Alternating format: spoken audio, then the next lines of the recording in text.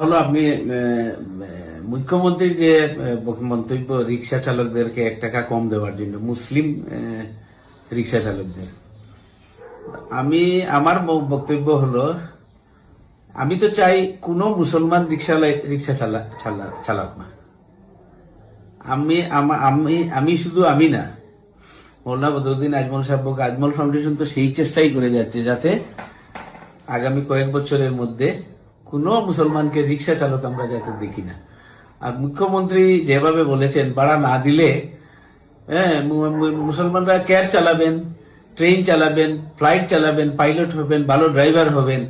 আর আমরাও চাই যে আগামী দিনে রিক্সা চালক কোনো মুসলমান ভাই যাতে রিক্সা চালাতে না হয়, তার জন্য আমরা অহরহ চেষ্টা করছি।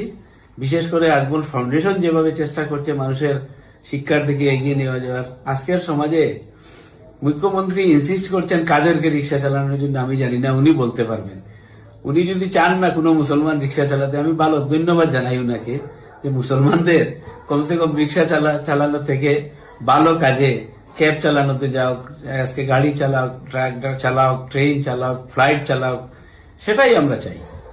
তো এই জন্য আমি এই মন্তব্যের কোনো প্রতিক্রিয়া দিতে চাই না, সেটা প্রতিক্রিয়াহীন মন্তব্য। এই মন্তব্য প্রতিক্রিয়াহীন মন্তব্য, সেটা মুখ্যমন্ত্রী নিজেই চিন্তা করেন তিনি কি বলেছেন কি না। কিন্তু আমি এজ এ মুসলিম আমি ভাবি যে সমাজে কোনো মুসলমানি রিক্সা চালক থাকুক না। ধন্যবাদ।